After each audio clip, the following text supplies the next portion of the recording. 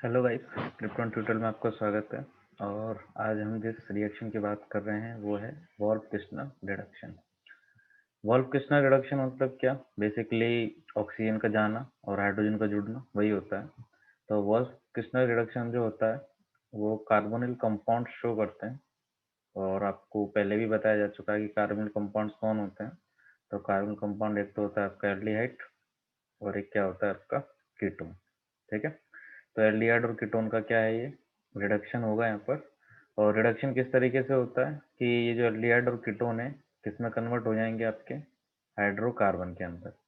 Same जो आपका reactant है एल्डिहाइड या कीटोन, वो कन्वर्ट हो जाता है हाइड्रोकार्बन के अंदर। तो ऐसा क्लेमेंशन रिडक्शन के अंदर भी होता है। ठीक है, क्लेमेंशन रिडक्शन के अंदर भी होता है। ये इसके ऊपर वीडियो बनाई जा चुकी है, तो आप देख सकते हैं वहाँ पर जाकर। इसको पूरा मैकेनिज्म के साथ है विथ फुल कैरेक्टरिस्टिक्स कि क्या क्या कैरेक्टरिस्टिक्स के अंदर हैं, क्या क्या एक्स्ट्रा चीज़ें हैं जो आपको पता होनी जरूरी है केवल इसके कि एक एल्डिहाइड कीटोन हाइड्रोकार्बन के अंदर भी कन्वर्ट होता है। ठीक है, तो क्लेमेंशन रिडक्शन के अंदर बस एक बार रिकॉल कर देता हूँ कि ZnHg और HCl, ये तीन मतलब ZnHg HCl ये जो होते हैं उनके रिएजेंट्स होते हैं जिनकी प्रेजेंस में रिएक्शन होती है। बट अगर वॉल्फ-किस्टनर रिडक्शन की बात की जाए तो वॉल्फ-किस्टनर रिडक्शन होती है NH2NH2KOH एंड साथ में चाहिए होती है थोड़ी सी हीट। ठीक है, तो इसकी प्रेजेंस में रिएक्शन होती है। होता क्या रिएक्शन के अंदर, आपका जो एल्डिहाइड या कीटोन R1 R2 कुछ भी हो सकते हैं आपके। ठीक है, तो यानी कि कोई भी एल्डिहाइड या कीटोन हो सकता है। जब ये रिएक्शन करते हैं आपके NH2NH2 KOH और साथ में हीट इसके साथ, तो आपका बनता है R1CH2R2। ठीक है, तो आपको ये देखना है कि R1CH2R2 कैसे बनता है, इसकी मैकेनिज्म क्या है। बिकॉज इसकी मैकेनिज्म जो है वो एडवांस के बिहाफ पर काफ़ी इंपॉर्टेंट है, बट रिएक्शन जो है वो ऐसे ही मतलब मेंस नीट एडवांस कुछ भी हो उसके लिए इंपॉर्टेंट है ही सही। ठीक है, तो मैकेनिज्म की बात करते हैं। मैकेनिज्म में क्या है, मैकेनिज्म की फर्स्ट स्टेप में आपका जो R1CO R2 है, तो यहाँ पर ऑक्सीजन कार्बन में electronegative difference, electronegativity of carbon क्या होती है, less than electronegativity of oxygen. Left to right periodic table में जाने पर क्या होता है, इलेक्ट्रोनेगेटिविटी बढ़ती है, तो कार्बन के ऊपर डेल पॉजिटिव और ऑक्सीजन के ऊपर डेल नेगेटिव आएगा। ठीक है, तो इस केस में क्या होता है NH2NH2, यहाँ पर जो NH2NH2 के जो लोन पेयर्स हैं वो किस पर अटैक करते हैं, कार्बन के पॉजिटिव चार्ज पर। लेकिन क्योंकि कार्बन के ऊपर अगर ये अटैक कर रहे हैं, बॉन्ड बनाना चाह रहे हैं, तो कार्बन के 5 बॉन्ड बन जाएंगे। तो उस केस में इलेक्ट्रॉन को कौन रखेगा, ऑक्सीजन, क्योंकि उसकी इलेक्ट्रोनेगेटिविटी ज़्यादा होती है तो नेगेटिव चार्ज को कैरी कर सकता है। तो यहाँ पर क्या होगा, R1CO-, यहाँ पर R2 हो गया, ये है आपका NH2, ये है आपका NH2, बट यहाँ पर पॉजिटिव भी है। ठीक है, मैं ऐसा करता हूँ, इस एक NH2 को इस तरीके से शो करता हूँ मैं, एक H इधर की तरफ, एक H मैंने बाहर निकाल दिया, क्योंकि अगली रिएक्शन के अंदर क्या होता है, अगली स्टेप के अंदर क्या होता है यहाँ पर कि आपका जो ये पॉजिटिव आपने बना दिया है नाइट्रोजन के ऊपर, तो वो अनस्टेबल है। और आपके जिस भी कार्बन के ऊपर हुआ या किसी भी एटम के ऊपर अगर पॉजिटिव चार्ज है और पास में कोई ऐसा ग्रुप लाइक हाइड्रोजन, ग्रुप भी नहीं केवल अगर हाइड्रोजन है, तो वो बिना कुछ बोले चुपचाप निकल जाएगा। ठीक है, तो ये H+ निकलेगा यहाँ से, और ये H+ जैसे निकलेगा तो वो दूसरे को भी स्टेबल कर देगा, यानी कि ऑक्सीजन उसको अपने पास बुला लेगा। तो बनेगा क्या, R1COH, R2 NH और NH2। तो आप देख रहे हैं कि केवल एक हाइड्रोजन के हटने की वजह से सब बैलेंस हो गया है। बैलेंस इन द सेंस कि बैलेंस तो पहले भी था, ऐसा नहीं बोल रहा हूँ बैलेंस नहीं था, बट जब तक चार्ज रहता है तो जो भी रिएक्टेंट है या प्रोडक्ट जो भी होगा, मतलब कुछ भी चीज जो भी बनी है वो क्या रहती है, अनस्टेबल ही रहती है। यहाँ बोल सकते हैं जब तक चार्ज है तब तक प्रोडक्ट बना ही नहीं है, प्रोडक्ट तो बनना बाकी है। जब तक चार्ज खत्म नहीं हो जाता है इसका मतलब है कि प्रोडक्ट बना ही नहीं है। ठीक है, तो इस केस के अंदर ध्यान रखिएगा, कभी भी ऐसा हुआ कि नाइट्रोजन के पास पॉजिटिव चार्ज आ रहा है और हाइड्रोजन है, तो हाइड्रोजन निकल जाएगा उसकी स्टेबिलिटी के लिए कि उसके ऊपर पॉजिटिव चार्ज नहीं रहना चाहिए।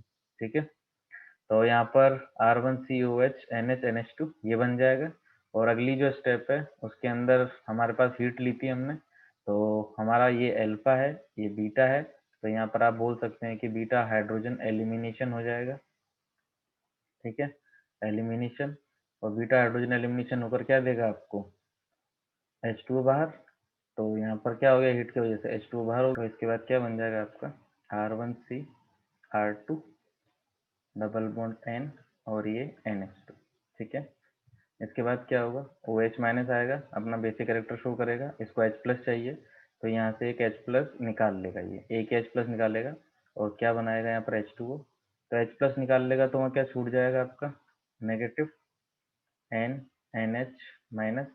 अब ये एन एन एच माइनस आगे की तरफ बढ़ाया जाता है, रेजोनेंस में जाता है, आप बोल सकते हैं कि रेजोनेटिंग स्ट्रक्चर टाइप की बनती है।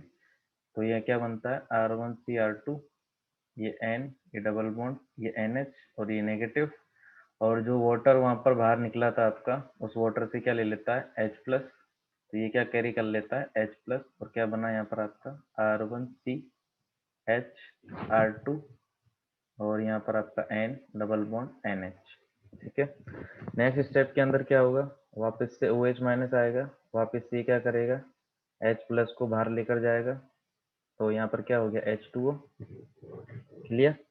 उसके बाद क्या होगा, R one C H R two, उसके बाद आपका ये डबल, ये एन डबल बॉन्ड एन और ये नेगेटिव, ये बना। इसके बाद क्या होगा, नेगेटिव बनने के बाद ये वापस से इधर लौटा जाएगा, और इस बार तो ये पूरा का पूरा बॉन्ड ही ब्रेक कर देगा।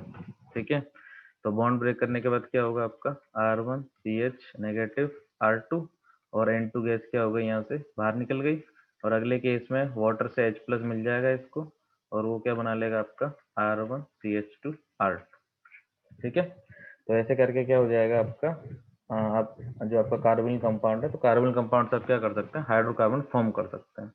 अब इसके ऊपर कुछ क्वेश्चन देख लेते हैं, ठीक है, ताकि आपको इसके नॉर्मल तो जो रिएक्शन होती है वो मैंने बता दी, लेकिन कुछ एक्स्ट्रा क्वेश्चंस भी हो सकते हैं, जैसे कि मैं आपको बताता हूँ। मान लीजिए आपको मैंने क्वेश्चन दिया, क्वेश्चन किस तरीके से, डबल बॉन्ड ओ और ये ओ एच, ठीक है, और यहाँ पर क्या है, एन एच टू के ओ एच और साथ में हीट। तो आपका मेन काम क्या रहेगा, जो आपका कार्बन कंपाउंड साइड में कौन लगा उसके ऊपर बाद में बात करते हैं, बट फिलहाल क्या है कि आपका ये जो कीटोन है वो किस में कन्वर्ट हो जाएगा, आपका हाइड्रोकार्बन के अंदर, और ओ एच ऐसा का ऐसा ही रहेगा। ओ एच ऐसा का ऐसा इसलिए रहा, इसके ऊपर कुछ भी रिएक्शन किसी की भी नहीं हो सकती है, क्योंकि इसके पास खुद के पास लोन पेयर है, और ये सब भी लोन पेयर और ये नेगेटिव चार्ज लेकर बैठे हुए हैं, तो इसके ऊपर रिएक्शन तो पॉसिबल है नहीं। ठीक है, लेकिन अगर मान लीजिए इस तरह का कोई मैंने ग्रुप ले लिया, जैसे कि मान लीजिए मैंने ये ले लिया, ठीक है, फ्लोरीन, और ये क्या हो गया आपका NH2 KOH, और ये हीट। तो ध्यान रखिए कि NH2 तो KOH और हीट, इसका एक काम तो ये रहेगा कि आपका जो कार्बन कंपाउंड है उसको किसमें कन्वर्ट करना, उसको कन्वर्ट करना हाइड्रोकार्बन के अंदर। लेकिन इस ग्रुप की वजह से यहाँ पर इवन सी भी रिएक्शन हो जाएगी, क्योंकि आपके पास बेस भी प्रेजेंट है और हीट भी प्रेजेंट है, और फ्लोरीन कौन सी रिएक्शन शो करता है, बेस और हीट की प्रेजेंस में इवन सी भी।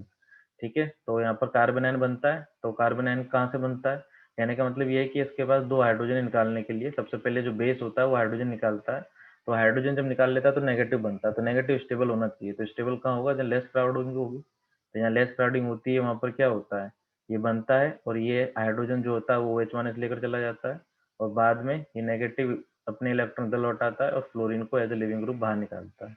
तो कहने का मतलब क्या बन गया, ये बन जाएगा यहाँ पर। तो आप समझ पा रहे होंगे कि कोई भी अगर एसिड सेंसिटिव ग्रुप रहा, ठीक है, सॉरी एसिड नहीं, बेस सेंसिटिव ग्रुप रहा, तो बेस सेंसिटिव ग्रुप लाइक यानी कि जैसे ये फ्लोरीन वाले ने रिएक्शन कर ली अपनी यहाँ पर इवन सी भी रिएक्शन शो कर दी, तो इस तरह की रिएक्शन पॉसिबल है।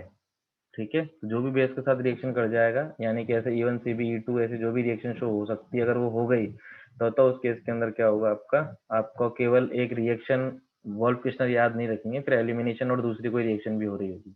ठीक है, क्योंकि मैंने ये बात इसलिए बोली है कि अगर आप इसकी रिएक्शन ZnHgS सेल के साथ कराते हैं, जैसा कि मैंने लास्ट क्लास में मतलब सॉरी लास्ट लेक्चर के अंदर आपको समझाया था कि ZnHgS सेल के साथ कराओगे तो यहाँ ऊपर वाला तो जाएगा जाएगा और यहाँ Cl जुड़ जाएगा। ठीक है, अब ये कैसे जुड़ा पूरा मैकेनिज्म के साथ, आप चाहें तो पुराना लेक्चर देख सकते हैं। और अगर इस लेक्चर में कोई डाउट हो या कुछ और पूछना हो, आपको कुछ भी डाउट वगैरह आपके दिमाग में आता है तो कमेंट सेक्शन के अंदर कमेंट बताएं। ये इसका मैकेनिज्म था और ये इसके ऊपर के कुछ क्वेश्चंस थे। मेरी तरफ से thank you and take care, और चैनल को सब्सक्राइब करना बिल्कुल ना भूलें।